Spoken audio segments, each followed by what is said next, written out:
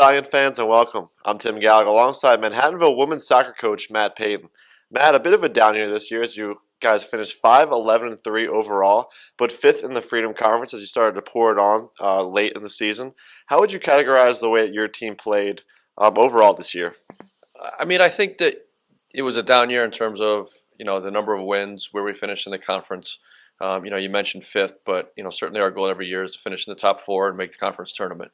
I think it was a down year in that regard. I do think, as you alluded to, we did come on strong at the end. We kind of found our stride about midway through and started to play better soccer as the season wore on. I think that we had to deal with some injuries early on. We had to deal with some different people in and out of the lineup. We lacked some consistency and some continuity because of that. And I think it made it difficult. And, quite frankly, we dealt with injuries all year. We lost Lauren Guglielmo on September 21st for the year with a concussion. We had people in and out of the lineup. But, overall, I think that if you look at the last 7-8 games of the year, we did make some really positive strides. And I think that it bodes well for the future. And we've got to get out and recruit and get, some more better players here that can help us get better and that can make a difference next year. But I like the way we finished the season. We beat Wilkes at home, who finished second in the conference. We tied Eastern Connecticut, which they're always a quality team, and then we won on the road against Delaware Valley our last game. So we finished strong, and we've just got to grow and build on that. So Matt, your team actually the only fall team that didn't have any seniors on its roster. What are these young girls going to have to do to come back next year, especially in the offseason? What are they going to need to do?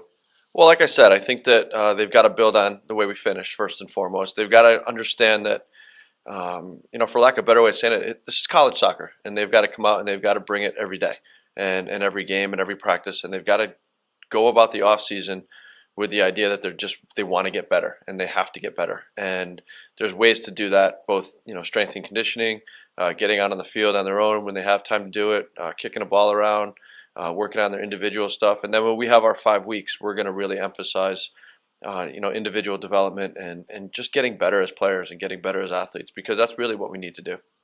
And one last question for you, Matt. You guys are going to be losing your assistant coach, Bailey Flood, at the end of this year, headed into next season. How do you replace an assistant coach like Bailey? Well, Bailey's a different it's a different situation with her, because not only was she a 2-year assistant with us, but she was a 4-year player with us. And so she's got some different kind of ties to the program than most of our assistants have had. In fact, all of our assistants. And so it's a different type of situation. It's the first person I've hired that played for me, and it worked out well. But as we move forward with it, maybe we bring in somebody who can train goalkeepers. Maybe we bring in somebody who brings something a little different to the table. Bailey brought a ton of experience, a ton of passion, and a ton of commitment to the program from her days as a player as well. So somebody else might bring something different, completely different, but be very effective as well.